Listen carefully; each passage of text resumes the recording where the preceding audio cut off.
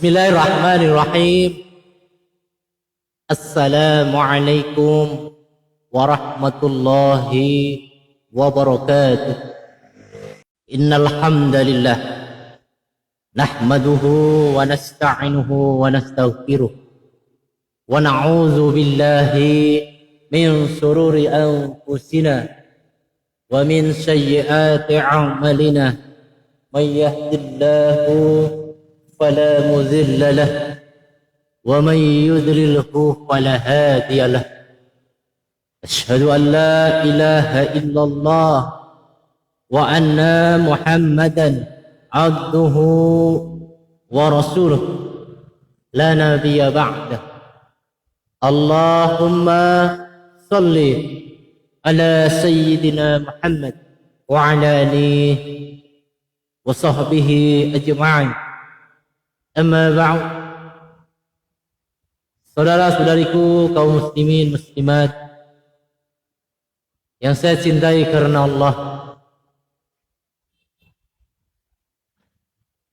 menyapa kepada sahabat-sahabatku semuanya, dan mungkin sudah lama ya saya jarang live, dan alhamdulillah pagi ini mari kita ucapkan rasa syukur kita kehadirat Allah Subhanahu wa ta'ala yang selalu senantiasa memberikan nikmat-nikmatnya, baik itu nikmat iman, nikmat sehat, dan insya Allah mudah-mudahan kita senantiasa selalu diberikan kemudahan, diberikan keberkahan, diberikan nikmat oleh Allah Subhanahu wa ta'ala, serta menjadikan kehidupan ini yang penuh manfaat bagi diri kita, keluarga, dan juga saudara-saudari kita umumnya. Amin ya Allah ya Rabbal Alamin.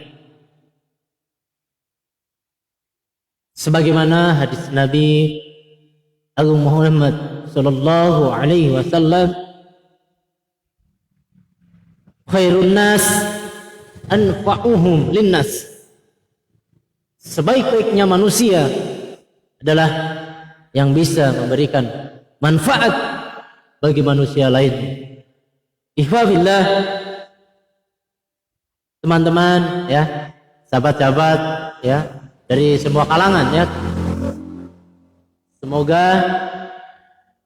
sambil bekerja ya, dengan menjalankan, melaksanakan amanahnya, tanggung jawabnya, dan mudah-mudahan tentunya hanya ingin mendapatkan keridhaan Allah Subhanahu wa ta'ala. Amin ya Allah ya Rabbal Alamin.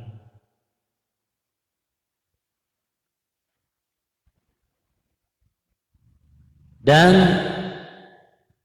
saya sudah lama jadi nggak pernah live di Facebook untuk menyikapi perkembangan metode-metode pengobatan ya, umumnya alternatif lah ya. Mungkin ada sahabat-sahabat kita, saudara-saudari kita ya yang sedang mencari proses penyembuhan ya. Yang patut kita waspadai di sini adalah bukan hanya saja ingin sembuh. Ketika kita diberikan penyakit ya, diuji oleh Allah suatu penyakit, maka ada sesuatu hikmah di dalamnya sebagai bentuk renungan ya. Mungkin ada dosa di masa lalu kita yang belum Allah ampuni ya, karena bentuk kecintaan Allah kepada hambanya, maka Allah berikanlah ujian berupa penyakit. Dan kita sebagai hamba Allah wajib tentunya melakukan ikhtiar ya, dan terus sabar untuk menjemput ya kesembuhan yang Allah ridho.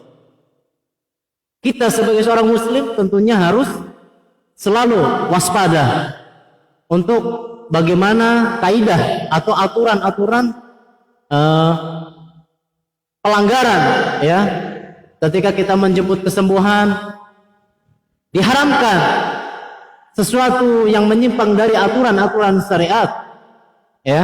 Walaupun itu ada sesuatu Allah berikan mustajab di situ, kesembuhan. Ifafillah, sahabat-sahabatku yang saya cintai karena Allah. Apalagi di generasi zaman, ya, akhir zaman ini, kita mungkin sudah tidak asing lagi, ya, mendengar, ya, dari ruqyah.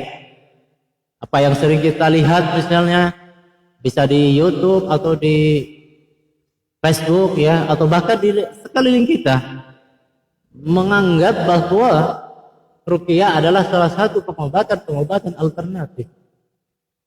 Ada juga yang berobat ke orang pintar, kemudian ada juga yang mendatangi dukun, paranormal, bahkan ustadz sekalipun.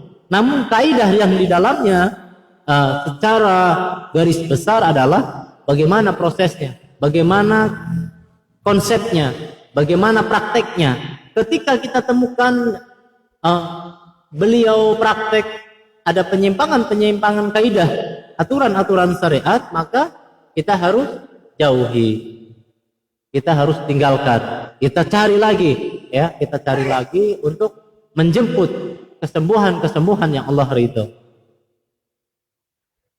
Saudara-saudariku kaum muslimin muslimat yang saya cintai karena Allah, diriwayatkan dalam Sahih Bukhari dan Muslim bahwa Abu Bashir Al-Asy'ari radhiyallahu anhu, bahwa dia pernah bersama Rasulullah sallallahu alaihi wasallam dalam sesuatu perjalanan. Lalu beliau mengutus seorang utusan untuk menyampaikan pesan. Dan agar tidak terdapat lagi di leher unta suatu kalung dari tali busur, ya, tali busur panah atau kalung apapun, maka sebagai bentuk perlindungan, ya, maka kata Rasulullah, putuskan. Ibnu Mas'ud radhiyallahu anhu menuturkan juga, aku telah mendengar bahwasanya Rasulullah sallallahu alaihi wasallam, inna ruqa wa tamaim wa tiwala syirik. Jadi sesungguhnya ruqyah, mantra atau jampi, wa tamaim, sesuatu yang dikalungkan atau yang dipakaikan di leher atau di gelang, ya. Watiwala, mantra-mantra pengasihan, nih biasanya yang suka dengan ilmu pelet, ya, bahwa semuanya adalah termasuk perbuatan syirik, ya.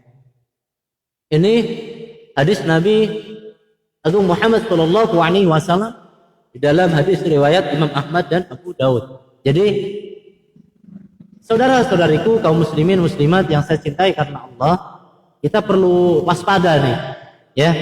Walaupun penampilannya seperti seorang ustadz, ya, atau kiai mungkin, ya, namun ketika prakteknya memberikan sesuatu jimat yang notabene di dalamnya ada sesuatu keyakinan yang bisa melindungi, atau mungkin ketika orang hamil, ya, harus dipakaikan peniti atau kemudian gunting, ya, maka kita putuskan, kita yakin betul bahwa kita bergantung kepada Allah, kita meminta perlindungan kepada Allah. Hancurkan segala bentuk benda-benda kesyirikan yang akan menghancurkan keyakinan kita kepada Allah. Jangan pernah takut, jangan pernah takut, ya. Tamimah adalah sesuatu yang dikalungkan, yang seperti saya jelaskan tadi, ya. Atau bayi ini baru lahir, kemudian dikasih benang warnanya hitam, ya, kemudian dikalungkan di leher, ya, seperti itulah, ya. Kita sebagai seorang muslim, tentunya kita harus mengingkari perbuatan tersebut, ya. Walaupun memang masih di sekeliling kita masih banyak juga, ya, yang melakukan, ya, praktek-praktek seperti itu.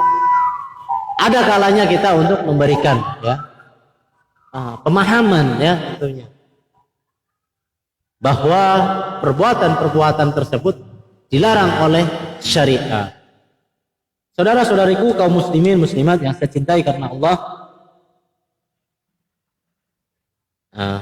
jadi untuk sahabat-sahabatku yang masih dalam proses penyembuhan, ya, kita harus selektif betul, karena ruqyah udah nggak apa udah nggak aneh lah ya.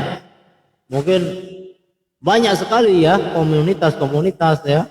Namun ketika ada prakteknya di dalamnya, melanggar satu poin saja ya aturan syariat kemudian dilanggar, maka kita harus tinggalkan. Dan ada juga ya kemarin ya pasien yang datang ke kami ya, bahkan beliau ini sudah bolak-balik diruqyah ya, dan saya tidak sebutkan namanya atau inisialnya, ada seorang perempuan dan beliau sudah juga ke orang pinter ya, dokter dukun yang terkenal lah, yang sudah viral di YouTube ya, dari Jawa Timur sampai ke Cirebon ya, bahkan ke peruqyah di Jakarta ya, beliau diterapi juga sudah, alhamdulillah atas petunjuk Allah. Kenapa sih gangguan-gangguan jin, sihir dan segala macam itu belum mau untuk keluar, atau bahkan ketika di ruqyah dia keluar, besok begitu lagi. Mungkin ada dosa-dosa yang secara sadar maupun tidak sadar yang belum ditaubati. Begitu saudaraku. Jadi yang kemarin ini, pasien ini, setiap prosesi ruqyah kadang muntah darah gitu ya, kadang juga kesurupan gitu ya. Secara bahasa ya, beliau menyampaikan seperti itu. Nah kita sebagai paruqyah kalau bisa jangan sampai kita terlalu mendalam lah. Apalagi ya mengait-ngaitkan dunia perjinan gitu. Yang terlalu mendalam, kalau menurut saya orang awam itu akan menjadikan beban psikis nantinya ya. Dan waspada dengan indikasi-indikasi ain. Jadi seseorang yang memuji terlalu berlebihan atau hasad ya, maka jalan solusinya ketika kita ada sesuatu yang janggal dengan diri kita, maka segerakan kita ambil air wudhu dan lakukan ruqyah mandiri. Ihdinas siratal mustaqim. Mohon maaf yang sebesar-besarnya bila mana ada penyampaian saya atau ucapan-ucapan yang kurang berkenan di hati pemirsa Studio RRU Official channel YouTube. Selalu meminta maaf yang sebesar-besarnya dan ditunggu kritik dan sarannya, karena itu bagian dari membangun, bagian dari penambahnya ilmu yang saya miliki. Mudah-mudahan Allah mengampuni atas segala kekhilafan serta dosa-dosa hamba ya, dan saudara-saudariku yang mendengarnya, dan mudah-mudahan selalu dalam petunjuk Allah Subhanahu wa taala. Ihdinas siratal mustaqim, wabillahi taufiq wal hidayah. Wassalamu alaikum warahmatullahi wabarakatuh.